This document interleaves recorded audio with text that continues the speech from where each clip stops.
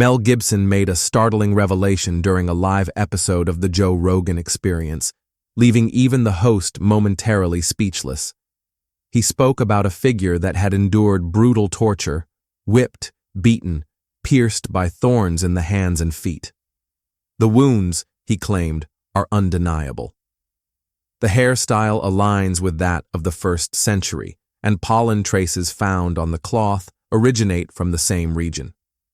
Even the weave of the fabric is consistent with ancient textiles from that time. Adding to the intrigue, a renowned archaeologist and personal friend of Gibson, who also translated the Passion into Aramaic, highlighted something extraordinary. If you observe closely, you can see the faint imprint of Tiberius-era coins placed over the eyes. This detail, often overlooked, deepens the mystery and suggests a level of historical accuracy that is difficult to ignore. In this video, you'll see why Gibson's words are far from mere opinion. Hidden details uncovered through cutting-edge testing will be revealed, evidence that has been ignored for years, yet aligns astonishingly well with biblical accounts. If you thought you knew everything about the Shroud of Turin, be prepared to reconsider. You might walk away with one chilling possibility in mind. Either the shroud is authentic, or the narrative of human history demands a radical re-examination. Finally, I'll guide you through the most logical and unsettling theory scientists have formed after analyzing the bloodstains, pollen, physical markings, and even the mysterious burst of light that seemingly created the image. What you're about to discover could leave you in a state of shock. But before we dive in, I ask for your support. Please like this video and subscribe to the channel. It takes extensive research and effort to produce content like this, and your simple gesture helps spread this information to more people. Now, let's get straight to the heart of the matter. Mel Gibson, known for his intense approach to religious and historical topics, stated with full conviction about the authenticity of this ancient fabric. He did it so emphatically that he even impressed those who do not believe in this relic. Gibson is not a scientist, but he has close contact with religious researchers and historians, in addition to having worked on film productions that require rigor in researching biblical events. There is a force in his words, especially when he reveals that during behind-the-scenes conversations, he came across studies pointing to nearly irrefutable data. This awakens curiosity. What is so special about this fabric that it intrigues even those who usually do not take this matter seriously? Gibson's view combines aspects of faith and, at the same time, rationality. He discusses straightforwardly that it's not just an ancient piece, and that continuous scientific investigations reinforce the thesis that the shroud is indeed the same cloth that wrapped the body of Jesus Christ. This declaration generates mystery, as several times science has tried to discredit the relic. But each new examination ends up raising data that no one can explain. Gibson is convinced it is a real sign of what happened after the crucifixion. He even comments on evidence ranging from bloodstains to marks indicating wounds compatible with the gospel descriptions. This is something many consider impressive, because in theory, no medieval forger could have recreated these details, much less in an era so distant from any advanced technology. Some may wonder if Mel Gibson isn't simply trying to cause controversy.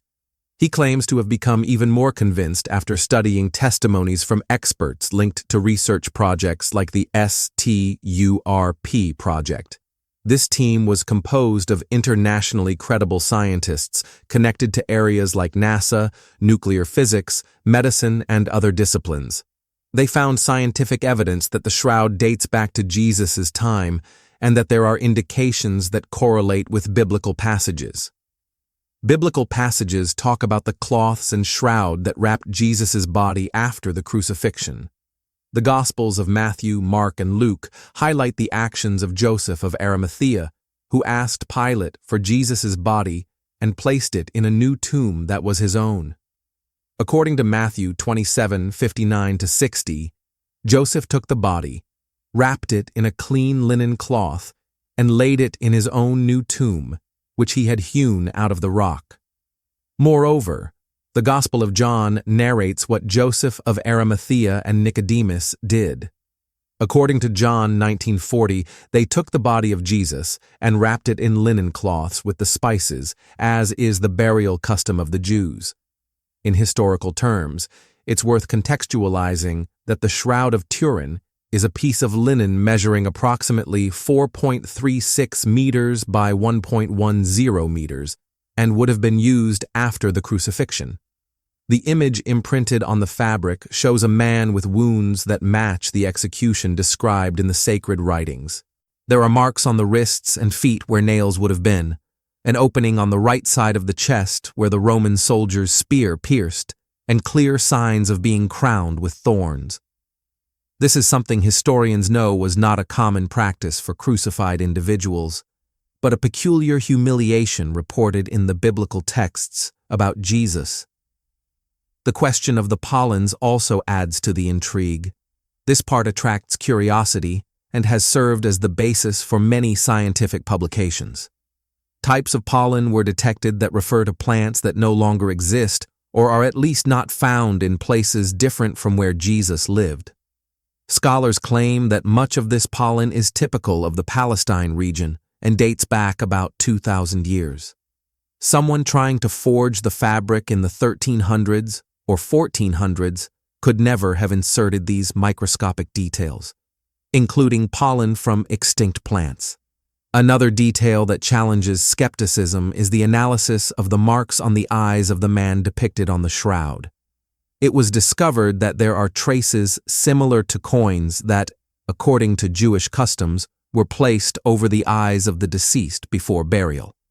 This aligns with the tradition of the time, and most terrifyingly, these marks are from coins minted during the time of Pontius Pilate.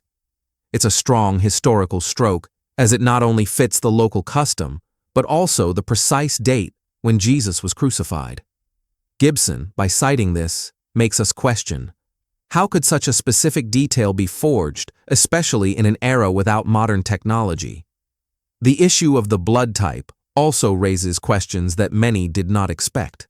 After all, the blood detected on the fabric is AB+, the same type found in the miracle of Lanciano, where the host turned into flesh and the wine into blood. The faithful see this as a striking identification, as both cases point to a direct connection with the body of Christ. Gibson emphasizes that such a coincidence does not seem to be mere chance, leading to the belief that there is a force behind the events surrounding the shroud. Within this same panorama, stories emerge, like that of the 40 scientists around the world who, after extensive research, came to a surprising conclusion. The statement from Dr. De Morala of the nuclear technology company is mentioned, concluding that the actual and physical resurrection of Jesus of Nazareth is, without a doubt, the best explanation for the physical, chemical, medical, and historical facts. Mel Gibson states that many of these scholars were not even practicing Christians, but they ended up convinced by the strength of the evidence. Many still doubt. But I ask you, what kind of phenomenon could make even skeptical scientists admit that something transcendent really happened, and that the biblical passages are true and confirmed by those who previously doubted? When talking about the shroud, comments arise about phenomena that seem impossible to explain. Scientific research reinforces that it was not a simple painting or any human production process. The contours on the linen are three-dimensional, confirmed by infrared examinations and innovative photographic techniques for the time. The first time the shroud was photographed, in 1898, the negative of the photo revealed even more details of the face imprinted on the cloth. The effect amazed those who saw it, as the clarity in the negative was superior to that of the fabric itself. This could be a sign of something extraordinary. There is a long history of how this fabric has survived time, fires, boiling in oil, questioning, and laboratory tests. During the 14th century, it appeared in France and, over the years, was brought to Turin, where it remains. It has been hit by fire at least twice, survived the heat that melted a silver reliquary, and yet after contact with water, the marks remained intact. In 1503, they tried to boil the cloth in oil to see if the figure would disappear. But nothing happened. The image remained the same. For a long time, the Church remained cautious, always encouraging research without prohibiting tests that could reveal the reality behind the relic. Pope John Paul II, for example, said that the Church did not possess scientific competence to give the final word, but wished for experts to investigate without prejudice. The same stance was taken by previous popes. When viewing the shroud, John XXIII exclaimed, "The finger of God is here," a demonstration of strong spiritual authority, reflecting the position that the fabric is not merely a folkloric object. Mel Gibson, when talking about the shroud on the Joe Rogan Experience podcast, rekindles that interest. Many people, who previously had not even stopped to investigate the details, now feel motivated to better understand the scientific discoveries about the cloth. The actor and director confidently reinforces that there is accumulated evidence over decades, supported by tests, testimonies, and multidisciplinary study. He does not want to impose his belief, but makes it clear that, for him, the verification is practically irrefutable, and that this historical object aligns with the narrative that the Bible presents from the New Testament. The cross, in Jesus' time, was considered a symbol of ultimate humiliation. When everything ended, it was likely that the body of the condemned would go to a common grave. However, the actions of Joseph of Arimathea, who asked Pilate for Jesus' body and placed it in a tomb, made it possible for that linen to be used. Without this, the shroud itself would not even exist to become an object of study. Gibson highlights the importance of this brave man who faced the authorities to give a dignified fate to Jesus, even when the Roman Empire considered him a political criminal. There are accounts that for the first 3 centuries, the shroud remained well hidden due to fear that it would be destroyed during the persecutions of Christians. Only from the 6th century onwards did more concrete mentions of its existence emerge, generating testimonies from soldiers who might have seen the piece. Then, in the 11th century, it reappeared in France. Throughout all these stages, there have been attempts to sabotage or prove the legitimacy of the relic. Some failed, others filled with intriguing results. One such test, perhaps the most controversial, was the carbon-14 dating in 1988. This analysis dated the fabric as medieval, indicating that the cloth would be about 700 years old. The announcement resonated as if it were the definitive proof of fraud. But subsequent studies showed several flaws in how the test was conducted. First, the sample used was minimal, only 7 centimeters, when ideally it should have been 70 centimeters. Second, the fabric had been through at least 3 fires, was boiled in oil, soaked, and patched. And all this directly affects the carbon-14 content. Such factors can distort results, especially when dealing with material so ancient. Therefore, many scientists concluded that this test could not stand as a verdict. Time has shown that indeed most of the other evidence supports a much older origin. Gibson also recalls the story of Longinus, the Roman soldier who pierced Jesus' side. This soldier later became a martyr by embracing Christianity. It's a powerful narrative that inspires reflection on the possibility that someone once opposed to Jesus might have been moved by the phenomenon they witnessed. It is no different from what happened with some scientists who, in the course of their analyses, came to believe there was something unique in that fabric. This change in stance indicates that a genuine study of the shroud's details affects the basic convictions of many. Beyond the scientific issues, details are observed in the fabric, such as marks from a Roman flagrum, which left deep wounds all over the body, and the swelling on the eyebrows. The nose cartilage was apparently broken, parts of the beard torn out, and the number of blows to the ribs. All this coincides with the suffering described in the Gospels. bringing a direct identification with the biblical account. The impression is that this cloth followed every step of the so-called way to Calvary, bearing signs from the weight carried on the shoulders to the falls to the ground, where earth, blood, and pain mingled. When discussing pain, there is the finding that the nails pierced the so-sol destro space, retracting the thumb towards the palm. This detail causes unbearable pain, something no one around the 11th century would have had the knowledge to forge with such precision. On the feet, a single nail joined the left and right feet, requiring several hammer blows to pierce the rough wood that weighed about 45 kilograms. Still, Jesus is said to have gathered the strength to speak to the good thief, according to biblical writings. This gives a notion of the extreme limit to which this suffering reached, something reflected in the very image seen on the linen. All of this corroborates the gospel narratives. The set of evidence is impressive, and Mel Gibson emphasizes that these are not just legends, but facts that, if carefully analyzed, support the belief in the authenticity of this shroud. To those who get enthusiastic, to those who get irritated, the truth is that the Shroud of Turin is not going to fade from view anytime soon, and Mel Gibson amplifies its relevance with firm declarations. He sees in this object a concrete sign of the sacrifice and resurrection, something that humanity should treat with respect, regardless of personal opinions.